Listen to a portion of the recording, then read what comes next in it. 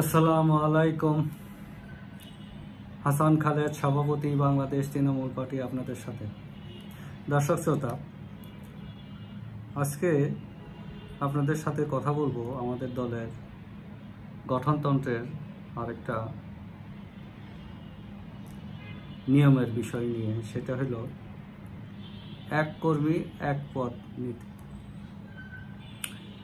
সত্যি বলতে কি, আমাদের দেশে দেখেন 18 কোটি মানুষের কিন্তু কমতি নাই,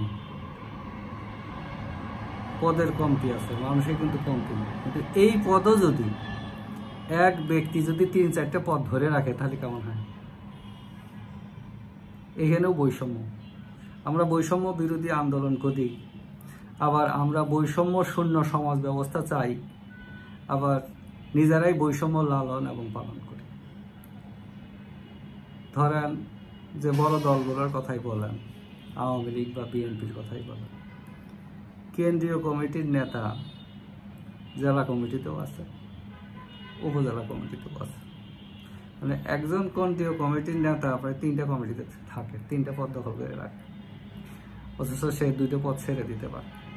আওয়ামী লীগের যে প্রেসিডিয়ামের মেম্বার, সে জেলা কমিটির মেম্বার, আবার উপজেলা কমিটির মেম্বার, সম্মানিত মেম্বার।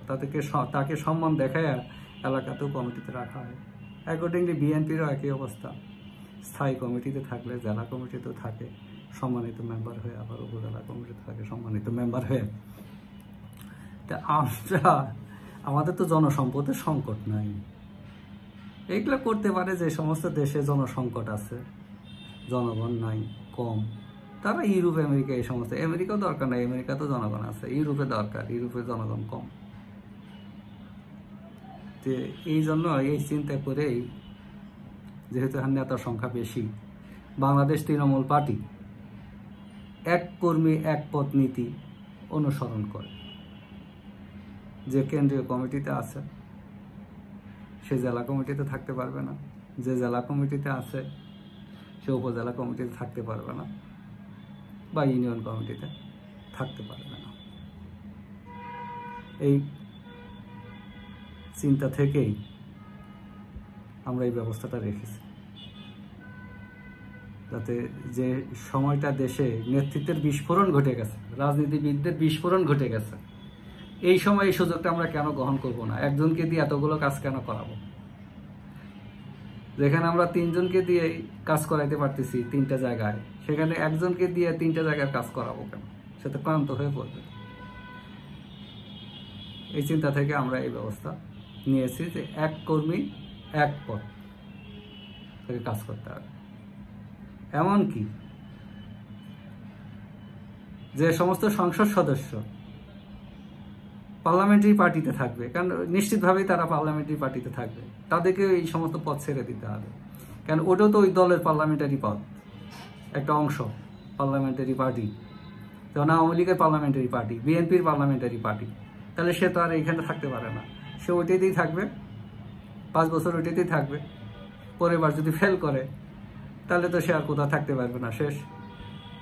তার কৃতকর্মের জন্য ফেল করছে। আর যদি দলের নেতারা যদি তাকে গুরুত্বপূর্ণ মনে করে তাহলে ও কোনো জায়গায় অ্যাকোমোড করবে, জায়গা দিবে। তাহলে পরে তারা দায়িত্ব পালনে সিনসিয়ার হবে। মন্ত্রীদেরও একই অবস্থা। যেহেতু তোমরা মন্ত্রী পরিষদে আসো, এখানে থাকতে পারবে না, তোমরা ওইটা চালাও, আমরা দল চালাই। কেন আমাদের জবাবদিহি করতে হয়। জনগণ তোমার কাছে গিয়ে বলে না, জনগণ আমাদের কাছে এসে ওদের অভাব অভিযোগ বলে, এইটা বলে যে তোমার দল এই কাজ খারাপ করতেছে, এই করতেছে।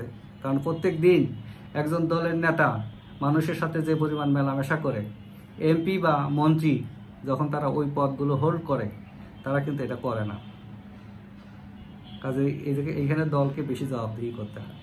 তো দলের যদি পদ শূন্য থাকে, যে মন্ত্রী হয়ে যায় সে তো আর জনগণের সাথে থাকতে পারে না, তো ওই জায়গাটা তো খালি করে দিয়ে অন্য একটা নেতাকে আমার দিতে হবে।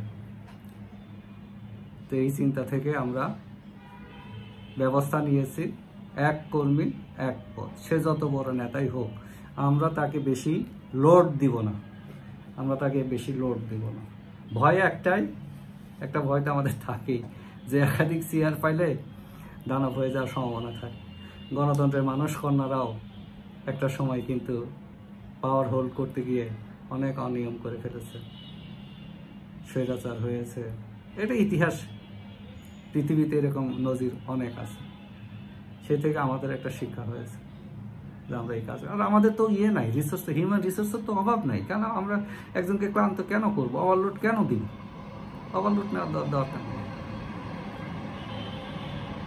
তো দর্শক শ্রোতা, আমাদেরকে একটু সাপোর্ট দেন।